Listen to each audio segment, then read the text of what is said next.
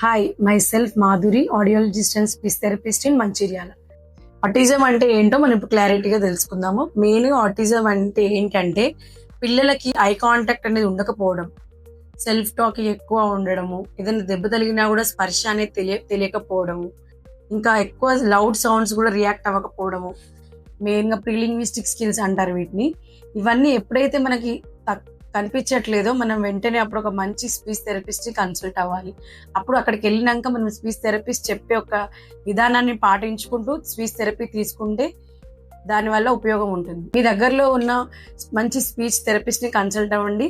దానికి సంబంధించిన టెస్ట్లు చేస్తారు. కార్స్ అనే టెస్ట్ ఉంటుంది, చైల్డ్ ఆటిస్టిక్ రేటింగ్ స్కేల్ అని.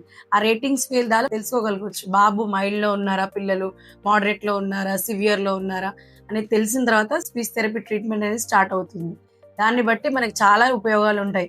స్పీచ్ థెరపీ ద్వారా మనం అటెన్షన్ డెవలప్ చేసుకోవచ్చు, లింగ్విస్టిక్ స్కిల్స్ ఇంప్రూవ్ చేసుకోవచ్చు, ఐ కాంటాక్ట్ ఇంప్రూవ్ చేయొచ్చు, పిల్లల్లో సోషలైజేషన్ కానీ బిహేవియర్ ఇష్యూస్ కానీ తగ్గించవచ్చు.